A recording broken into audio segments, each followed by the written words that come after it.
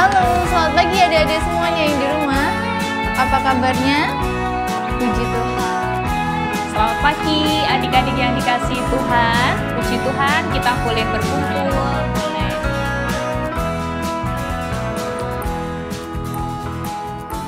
Halo, selamat pagi adik-adik semuanya yang di rumah. Apa kabarnya? Puji Tuhan, dalam keadaan yang baik ya.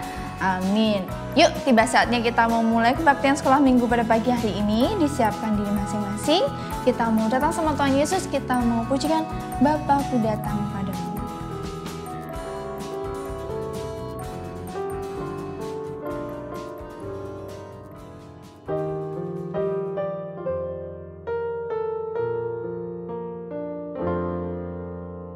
Bapakku datang padamu,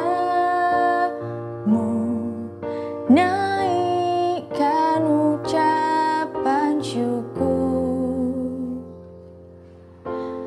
atas kasih anugerah-Mu yang indah setiap hari. Pagi hari, siang hari, sore dan malam hari, tak hentinya mengucap syukur atas kebaikan-Mu. Tangan dilipat, mata ditutup, kita mau berdoa. Nggak boleh tengok kanan, tengok kiri, kita mau fokus sama Tuhan Yesus. Yuk kita mau berdoa, tidak usah ditirukan ya. Tuhan Yesus, Tuhan yang sangat baik, Tuhan yang sangat mengasihi kami. Saat ini kami mengucap syukur, kami berterima kasih atas berkat-Mu, atas kebaikan-Mu yang selalu baru di dalam kehidupan kami. Kami mengucap syukur, Engkau memberikan kami kesempatan sekali lagi untuk memuji, memuliakan nama Tuhan.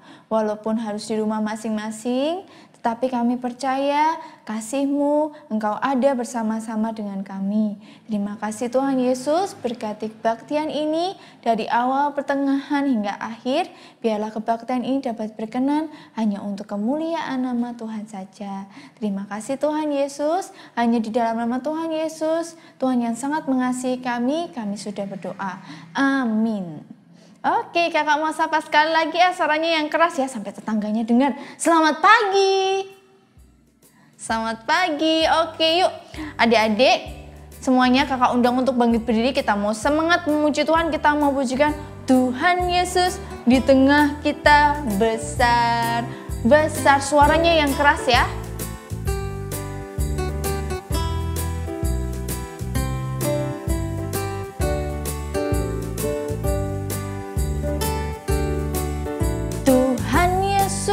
Di tengah kita besar, besar.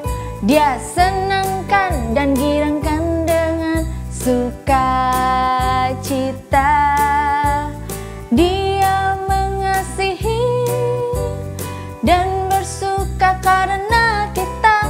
Tuhan Yesus di tengah kita besar, besar, besar.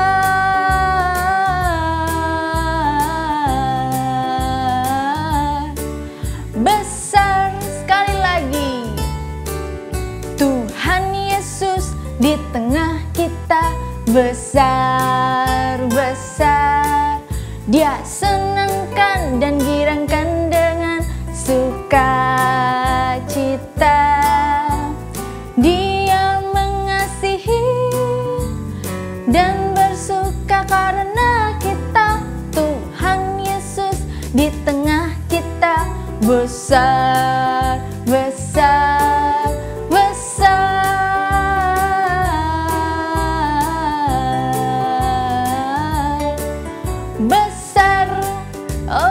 Tuhan Yesus di tengah kita, Dia mengasihi kita dan memberikan kita sukacita yang melimpah. Masih tetap bangkit berdiri, masih tetap semangat untuk memuji Tuhan, amin. Oke, kita mau semangat memuji Tuhan, kita mau pujikan tanganku kerja buat Tuhan.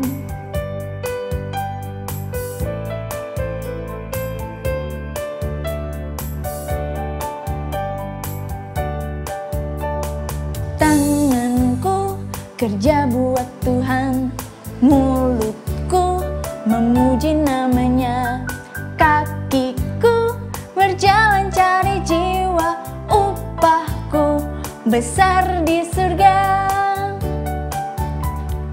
Tanganku kerja buat Tuhan, mulutku memuji namanya, kakiku berjalan cari jiwa, upahku besar di surga. Amin. Masih tetap bangkit berdiri, masih semangat untuk memuji Tuhan, amin. Masih dong, kita mau pujikan Yesus pokok dan kita caranya.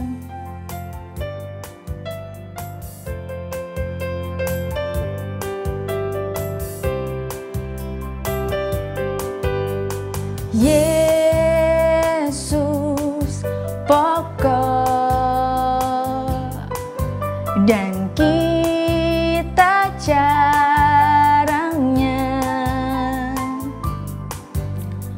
tinggallah di dalamnya, oh tinggallah di dalamnya, oh tinggallah di dalamnya, pasti kau berbuah. Yesus cintaku, Yesus cintaku, ku cinta kau. Yesus cinta semua, Yesus cintaku, ku cinta kau. Tinggallah di dalamnya, oh tinggallah di dalamnya, pasti kau berbuah. Sekali lagi lebih semangat. Yesus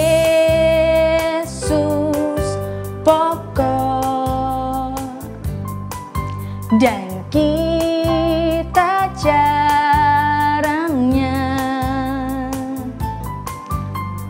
tinggallah di dalamnya, oh tinggallah di dalamnya, oh tinggallah di dalamnya, pasti kau berbuah. Yesus cintaku, ku cinta kau. Yesus cinta semua, Yesus cintaku, ku cinta kau. Tinggallah di dalamnya, oh tinggallah di dalamnya, pasti kau berbuah. Amin. Sekarang boleh duduk semuanya. Tiba saatnya kita mendengarkan firman Tuhan. Nanti kira-kira disampaikan oleh siapa ya? Duduk yang manis, yang rapi, ambil posisi yang enak, tapi nggak boleh sambil tiduran. Kita harus menghormati firman Tuhan. Kita mau pujikan firman Tuhan ku dengar.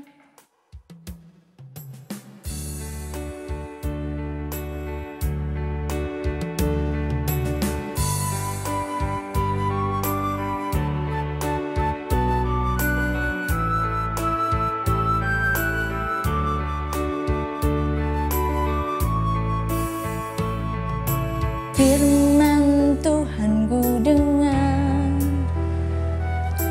ku tanam di hatiku,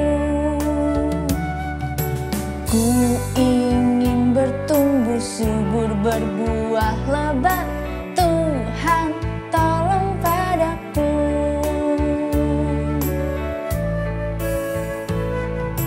Firman Tuhan ku dengar, ku tanam di hatiku, ku ingin bertumbuh subur berbuah lebat, Tuhan tolong padaku. Duduk yang manis, dengarkan firman Tuhan. Selamat pagi adik-adik yang dikasihi Tuhan. Puji Tuhan kita boleh berkumpul, boleh memuji Tuhan ya bersama dengan saudara-saudara kita di rumah. Meskipun masih di rumah, bersyukur hari ini masih boleh menyanyi, mendengarkan firman Tuhan dalam ibadah sekolah minggu. Adik-adik yang dikasihi Tuhan, kita akan mendengarkan firman Tuhan bersama-sama. Terlebih dahulu kita mau berdoa sekali lagi ya. Tangan dilipat, mata ditutup, kita mau bersama-sama berdoa. Mari kita berdoa. Tuhan Yesus, terima kasih di hari yang Sabat ini kami boleh memuji memuliakan nama Tuhan. Sekali lagi kami akan mendengarkan firman Tuhan. Tuhan tolong kami supaya kami boleh fokus mendengarkan firman Tuhan dan boleh menjadi pelaku firman Tuhan. Terima kasih Tuhan Yesus, di dalam nama Tuhan kami, Tuhan Yesus Kristus, kami siap untuk mendengarkan firman-Mu. Amin. Ya, adik-adik yang dikasihi Tuhan, kita akan bersama-sama membuka Alkitab kita di dalam 2 Raja-Raja 5 ayat 1 sampai 5. Cukup pendek ya, jadi kita akan baca bersama-sama ya. Dibuka dulu Alkitabnya, 2 Raja-Raja 5 ayat 1 sampai 5. Kakak akan bacakan untuk kita semua. 2 Raja-Raja 5 ayat 1 sampai 5.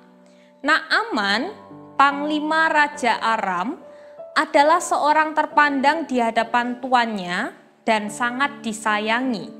Sebab oleh dia, Tuhan telah memberikan kemenangan kepada orang Aram.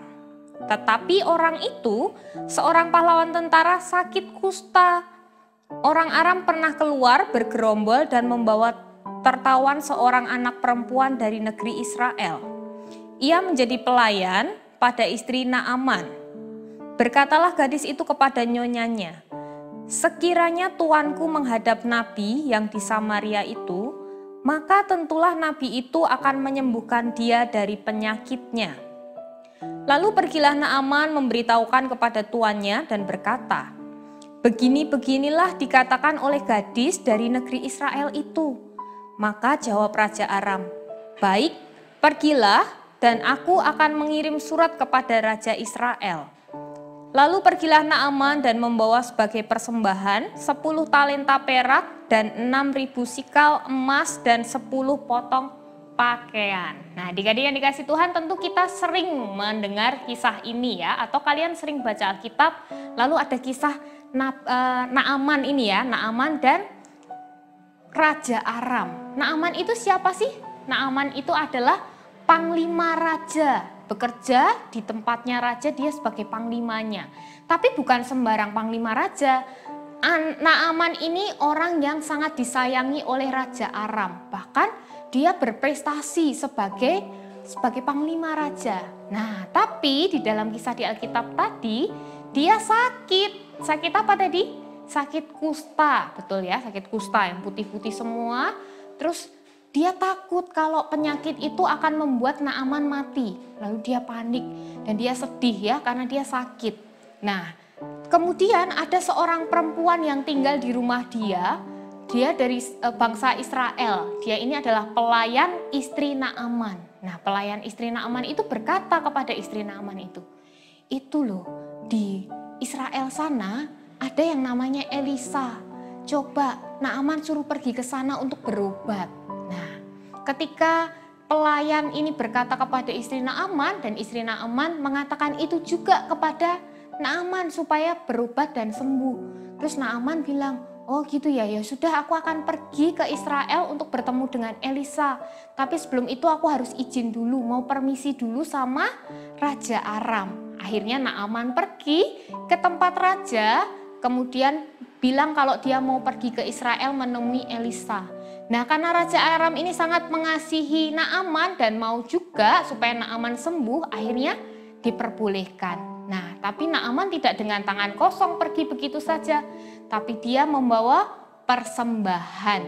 Nah, akhirnya adik-adik setelah pergi menemui Elisa, apa yang dikatakan Elisa pada Naaman? Pergilah ke sungai Yordan, mandilah di sana, nanti kamu akan sembuh.